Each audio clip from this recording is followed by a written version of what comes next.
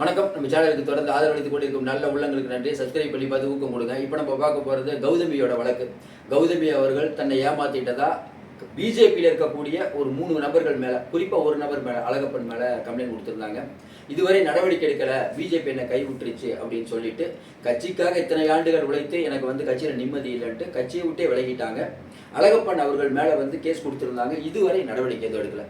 தொடர்ச்சியாக பார்த்தீங்கன்னா யோகி ஆதித்யநாத்துக்கு ஒரு வேண்டியப்பட்டவர், தேவேந்திர பட்னாவிஸ் வரைக்கும் அவருடைய எல்லை போகுது. அதனால் அவ்வளோ சீக்கிரம் அவரை ஒன்றும் பண்ண முடியாது. அண்ணாமலை நினைச்சாலே ஒன்றும் பண்ண முடியாது. ஏன்னா வானதி சீனிவாசன், அண்ணாமலை உள்ளிட்டவங்க கிட்ட அவங்க மெசேஜ் அனுப்பியும் ஒன்றும் நடக்கலை. அப்படிங்கும் போது அவருடைய வீச்சு எந்த அளவுக்கு இருக்குன்னு நினைக்கிறோம். இன்னும் குறிப்பாக சொல்லணும்னா அழகப்பன் பற்றி சொல்கிறாங்க. சார், அவர் நீங்கள் அவர் அரெஸ்டே பண்ண முடியாது. ஏன்னா அவர் அரெஸ்ட் பண்ணிங்கன்னா இந்தியாவில் இருக்கக்கூடிய பெரிய தலைவர் எல்லாத்துக்கும் லீக் இருக்குது.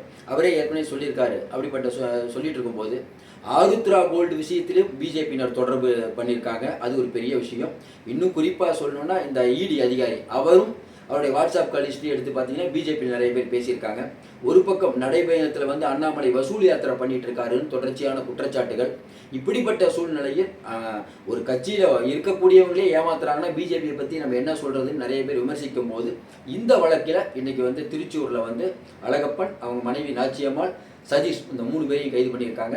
இது கொஞ்சம் பெட்டர் டெவலப்மெண்ட்டாகவே பார்க்க முடியுது. ஏன்னா ஒரு பக்கம் ஆருத்ரா கோல்டில் சம்மந்தப்பட்ட ஆர்கே சுரேஷ் திமுகவுக்கு தாவ தயாராகிட்டார். அவர் போய் ஏதாவது சொன்னால் அது பிஜேபிக்கு சிக்கல். இன்னொரு பக்கம் இடி அதிகாரி வாய் திறந்து பிஜேபியில் இருக்கவங்களை பற்றி சொன்னால் அதுவும் சிக்கல். இன்னும் குறிப்பாக துபாயில் நிறையா முதலீடு பண்ண இந்த ஆருத்ரா கோல்டில் அமர் பிரசாத் ரெட்டிக்கு நிறையா தொடர்பு இருக்குது.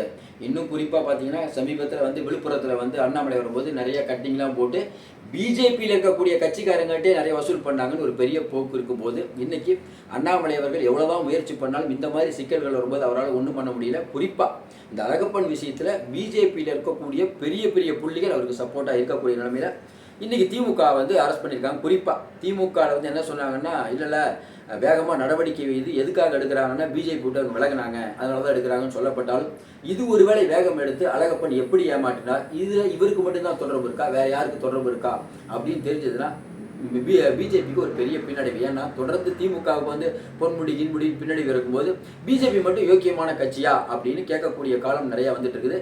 இப்போ அழகப்பன் கைது நிறையா மர்மங்களுக்கு விடையளிக்கும் சொல்கிறாங்க. அவர் நிறைய பேர் பேரை சொன்னார்னா இன்னும் நிறைய பேருக்கு சிக்கலுங்கிறாங்க.